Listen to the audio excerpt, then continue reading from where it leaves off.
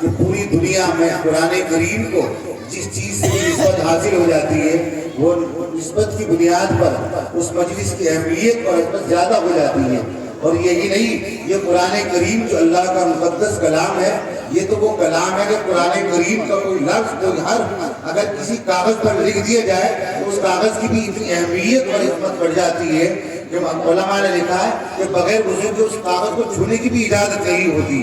اسی طریقے سے قرآن کریم کی اہمیت اور نسبت کے تعلق سے علماء نے بیان کیا کہ جس روشنائی سے قرآن کریم کا کوئی لفظ کوئی حرف اگر لکھ دیا جائے تو بغیر وضو کے اس لفظ کو چھونے کی بھی اجازت نہیں ہے۔ اسی طریقے سے قرآن کریم اللہ رب العزت کا وہ مقدس اور پاکیزہ کلام ہے۔ اس قرآن کریم کو تو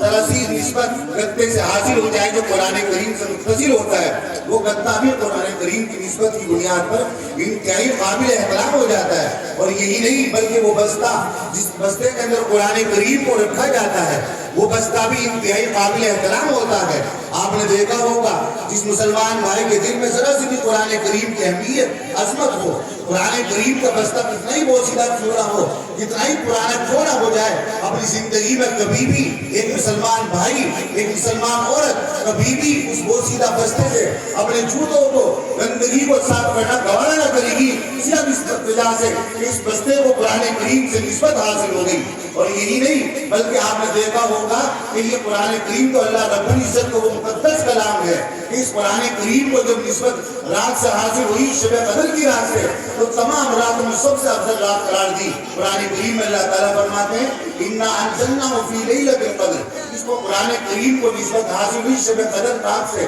تو وہ شب قدر بن گئی، وہ رات بڑی اہمیت اور بڑی عظمتوں کے حامل ہو گئی۔ اسی طریقے سے اس قرآن کریم کو مہینے سے نسبت حاصل ہوئی تو اس مہینے کے بارے میں قرآن کریم میں اللہ نے فرمایا شہر رمضان الذی انزل فیہ القرآن، تو علماء نے لکھا کہ اس قرآن کریم کی نسبت کی بنیاد پر رمضان شریف کی اہمیت اور عظمت لوگوں کے دل و دماغ میں پیدا ہو گئی۔ اور یہی نہیں بلکہ یہ قرآن کریم تو اللہ رب العزت کا وہ مقدس کلام ہے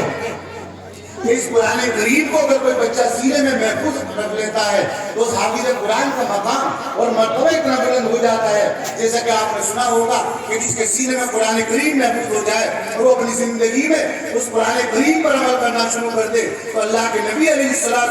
نے فرمایا کل قیامت کے دن کہا جائے گا جو قال لصاحب القرآن اقرأ وارتقی ورتل کما کنت ترتل فی الدنیا فإن منزلک عند آخر آیۃ تقرأ فیہا۔ دوستو کل قیامت کے دن قرآن کو والے سے کہا جائے گا یہ قرآن پڑھیے ورتقی اور بلندی پر چڑھیے ورتی اور ٹھیر ٹھیر کر پڑھو